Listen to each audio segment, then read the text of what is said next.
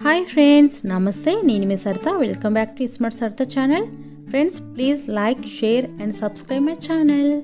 Friends, ఈరోజు మన వీడియోలో కరకరలాడే వాము జంతికల్ని ఎలా ప్రిపేర్ చేసుకోవాలని చూపించబోతున్నాను. జంతికలు అంటే ఇష్టపడలేని వారు ఉండరు కదండి. చాలా టేస్టీగా ఉంటాయి, ఈజీగా ప్రిపేర్ చేసుకోవచ్చు. తక్కువ ఇంగ్రీడియంట్స్తో చాలా టేస్టీగా, గుల్లగా, చాలా క్రిస్పీగా ఎలా తయారు చేసుకోవాలన్నది ఇప్పుడు చూపిస్తాను.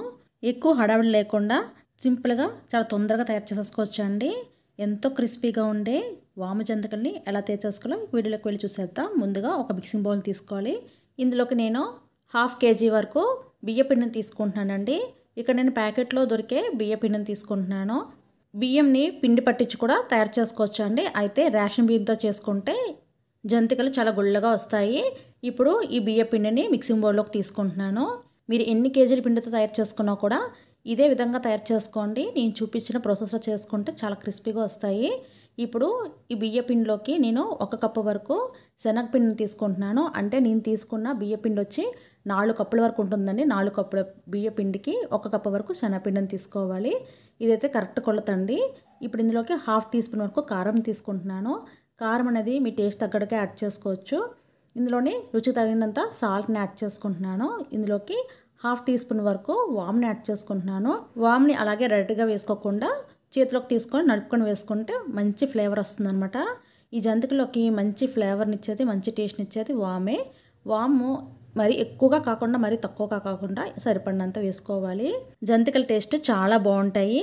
ఇప్పుడైతే వీటన్నిటిని కూడా చక్కగా కలిసేలా కలిపేసుకోవాలి. ఇలా అంతా కూడా కలుపుకున్న తర్వాత మధ్యలోకి చిన్న గుంతలా తయారు చేసుకోవాలి.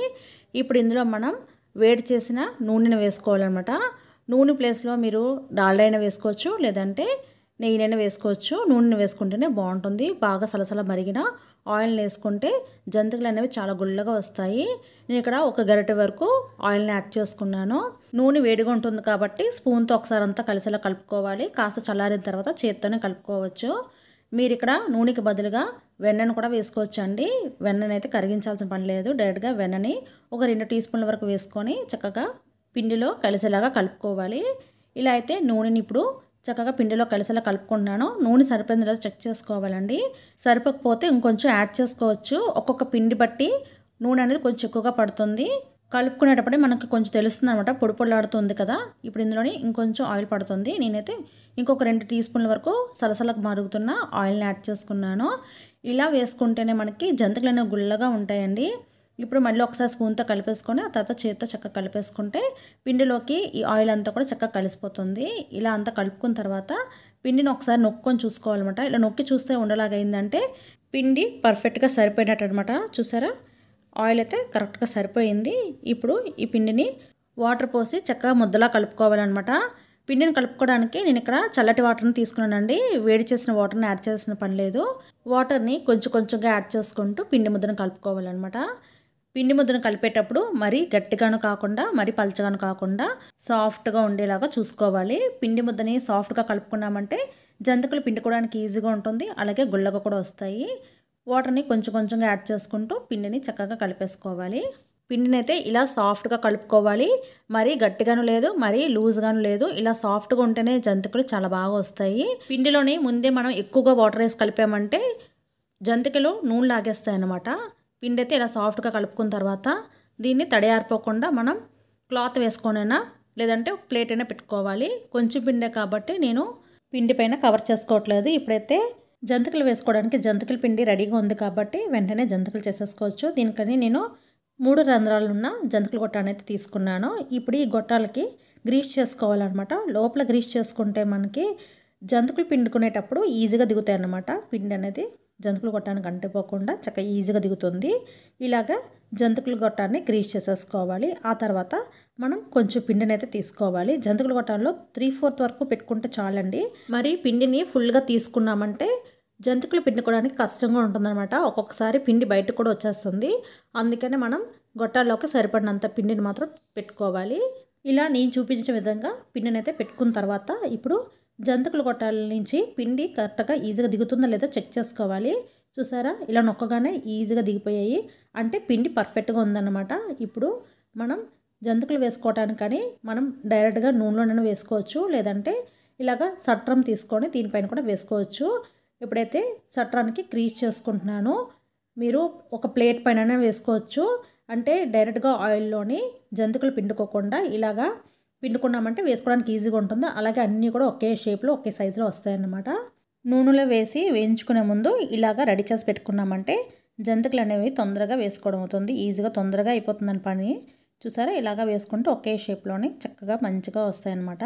ఇప్పుడైతే స్టవ్ వెలిగించుకొని డీప్ ఫ్రై సరిపడినంత ఆయిల్ పెట్టుకోవాలి. ఆయిల్ కాస్త హీట్ అయిన తర్వాత ఇప్పుడు జంతికలు వేసుకోవాలి. ఆయిల్ మరీ ఎక్కువ హీట్గా ఉన్నా కూడా తొందరగా వేగిపోతాయి అన్నమాట. పైన కలర్ వచ్చేస్తాయి, లోపల మనకి క్రిస్పీగా రావన్నమాట. అందుకని ఆయిల్ మీడియం హీట్లో ఉన్న తర్వాత మనం ఇలాగా పిండిని జంతికల్లా వేసుకోవాలి. ఇలా అన్నిటినీ వేసుకున్న తర్వాత ఒక 2 నిమిషాల పాటు కదిలించకుండా అలా వదిలేయాలన్నమాట. బాండికి ఎన్ని సరిపోతాయి అన్ని వేసుకోవచ్చు.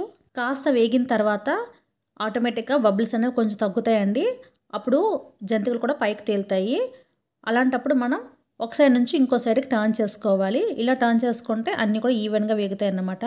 ఇలా వేయించుకోవడం వల్ల జంతికలు అనేవి చాలా గుల్లగా క్రిస్పీగా వస్తాయన్నమాట. మనకు నచ్చిన కలర్ వచ్చిన తర్వాత జంతికలు ఆయిల్ నుంచి తీసేసుకోవచ్చు. ఆయిల్ మంచిగా హీట్గా ఉందండి. అలాగే నాకు స్పేస్ కూడా ఉంది. అందుకనే ఇందులో ఇంకొక జంతిక పట్టేలాగా ఉంది కాబట్టి మళ్ళీ ఇంకొక జంతిక వేసుకున్నాను. ఇలా బాండికి సరిపడినన్ని వేసుకొని వేయించుకుంటే తొందరగా అయిపోతాయి అన్నమాట జంతికలు తయారు చేసుకోవడం. ముందు మీద ఇప్పుడు బబుల్స్ కాస్త తగ్గాయండి. అంటే జంతికలు వేగినట్టే. మనకు నచ్చిన కలర్ వచ్చిన తర్వాత జంతికల్ని ఆయిల్లో తీసుకోవడమే. ఫ్లేమ్ అనేది లో టు మీడియంకి అడ్జస్ట్ చేసుకుంటూ వేయించుకోవాలి. ఆయిల్ హీట్ కాస్త తగ్గింది అనిపిస్తే మనం హై ఫ్లేమ్ పెట్టుకొని ఆయిల్ బాగా హీట్ అయిన తర్వాత మళ్ళీ లో టు మీడియంకి అడ్జస్ట్ చేసుకుంటూ జంతికలు వేయించుకోవాలి. ఇలా వేయించుకుంటే జంతికలు అనేవి మంచిగా గుల్లగా క్రిస్పీగా రెడీ అవుతాయి. చాలా బాగుంటాయి. నేనైతే ఈ కలర్ వచ్చాక తీసేస్తున్నాను. ఇందులో కారం తక్కువగానే వేసుకున్నాం కాబట్టి ఎక్కువ రంగు రావండి. ఇప్పుడైతే వీటిని ఒక స్ట్రైనర్లో వేసుకుంటే నూనె అంతా అణిచిపోతుంది. ఇలా తయారు చేసుకున్న జంతికలు ఎక్కువగా నూనె కూడా పీల్చవండి. చాలా పర్ఫెక్ట్గా వస్తాయి. ఇలాగే మిగిలిన పిండి అంతటిని కూడా జంతికలా తయారు చేసుకోవడమే. చిన్న జంతికలు వేసుకున్న విధంగానే మనం పెద్ద జంతికల్ని ఇలాగా డైరెక్ట్గా ఆయిల్లో పిండేసుకున్నామంటే మనకి ఎంత సైజులో కావాలంటే అంత సైజులో మనం జంతికలు తయారు చేసుకోవచ్చు. మీకు బాండికి సరిపడినంత పిండిని జంతికల్లాగా వేసుకున్నారంటే తొందరగా కూడా అయిపోతుందండి. మీకు పెద్ద జంతికలు కావాలనుకుంటే ఇలా వేసుకోవచ్చు. లేదు చిన్న చిన్న జంతికల్లా వేసుకుంటామంటే అలా కూడా వేసుకోవచ్చు. ఇలా వేసుకున్నా కూడా తొందరగా పని అయిపోతుంది అనమాట. చిన్న జంతికలను వేయించుకునే విధంగానే పెద్ద జంతికలను కూడా వేయించుకోవాలన్నమాట.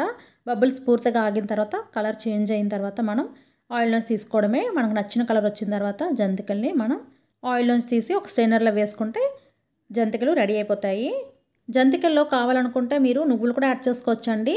తెల్ల నువ్వులైనా యాడ్ చేసుకోవచ్చు, నల్లవైనా యాడ్ చేసుకోవచ్చు. టేస్ట్ బాగుంటుంది.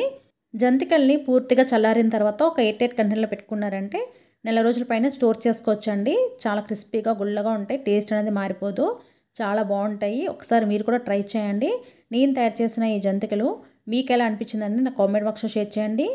జంతికలన్నీ కూడా ఒకే కలర్లో ఒకే షేప్లో వచ్చాయన్నమాట. చాలా పర్ఫెక్ట్గా వచ్చాయి. క్రిస్పీగా కూడా ఉన్నాయండి. చక్కగా ఇలా విరిస్తే చక్కగా విరిగిపోతున్నాయి అనమాట. చాలా పర్ఫెక్ట్గా వచ్చాయన్నమాట. జంతికల టేస్ట్ అయితే చాలా బాగున్నాయండి. అప్పటికప్పుడే ఇంట్లో బియ్యం పిండి శనగపిండి ఉంటే చాలండి. ఈజీగా తయారు చేసేసుకోవచ్చు. క్విక్గా రెడీ అయిపోతాయి. ఇవి టీ టైం స్నాక్స్గా చాలా బాగుంటాయండి. జర్నీస్లో కూడా ఇలాంటి స్నాక్స్ చాలా బాగుంటాయి. మీరు కూడా ఒకసారి ట్రై చేయండి. ఈ వీడియో కనుక మీకు నచ్చినట్లయితే లైక్ చేయండి, షేర్ చేయండి. మరొక మంచి వీడియోతో మళ్ళీ కలుసుకుందాం. Till then thanks for watching this video and bye.